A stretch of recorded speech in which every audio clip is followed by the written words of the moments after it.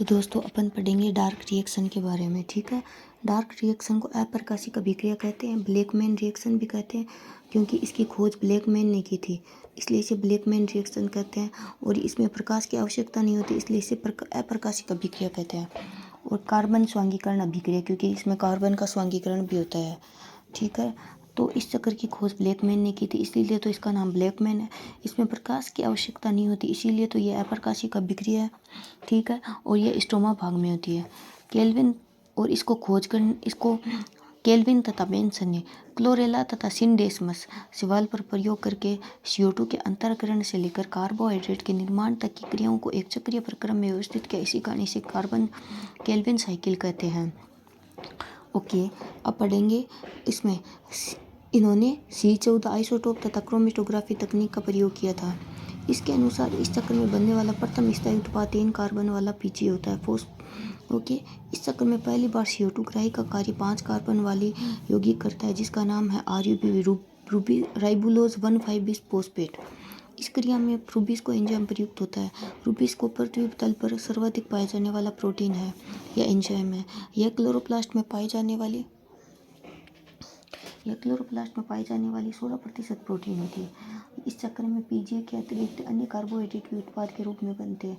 PGA के अतिरिक्त अन्य मोनोसेकेराइड्स ट्रायोड शुगर इसे C3H6O3 इसके एग्जाम्पल है PGA, PGAL, DHAP।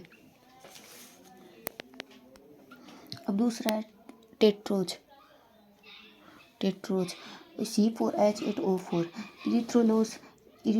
इरिथ्रोस स्पेंटोज C5H10O5, डिऑक्सीराइबोस C5H10O4, xylulose और राइबोज ये RUBP के पुनः निर्माण में काम आते हैं। Hexose C6H12O6, glucose fructose galactose.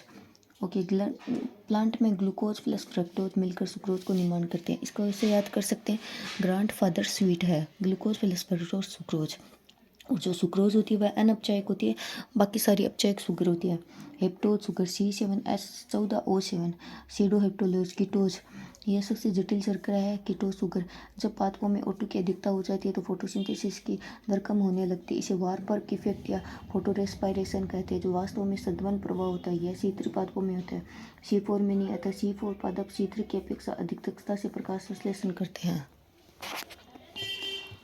C3 पादप CO2 का फिक्सेशन एक बार मेसोफिल सेल में। ओके, और C4 पादप में पहले मेसोफिल में बाद बंडल शीथ में। मुख्य उत्पाद PGA होता है और C4 का मुख्य उत्पाद ऑक्जेलोएसिटिक एसिड मेसोफिल सेल में और PGA होते बंडल शीथ में। मुख्य एंजाइम रूबिस का होता है और इसको पेप का मुख्य और रूबिस को प्रथम CO2 ग्राही RUBP होती है और उसमें पेप होता है प्रथम CO2 ग्राही और दूसरा होता है रूबिस RUBP।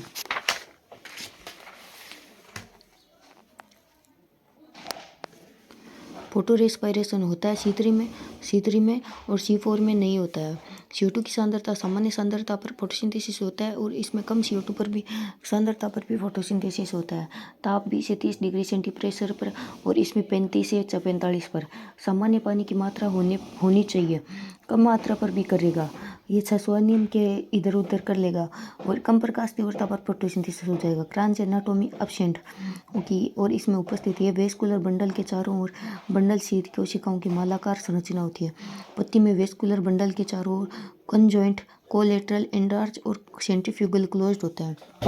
और C3 में एक ही प्रकार के क्लोरोप्लास्ट बड़े तथा ग्रेना युक्त इनमें और C4 में मेसोफिल में छोटे तथा ग्रेना युक्त क्लोरोप्लास्ट होते हैं, छोटे तथा ग्रेना युक्त क्लोरोप्लास्ट होते हैं, जबकि बंडल शीथ में बड़े तथा ग्रेना रहित क्लोरोप्लास्ट होते हैं। C3 में एक ही प्रकार की सेल में एक ही प्रकार का प्रोडक्ट बनता है और C4 में एक सेल में एक समय पर दो अलग अलग प्रोडक्ट बनते हैं।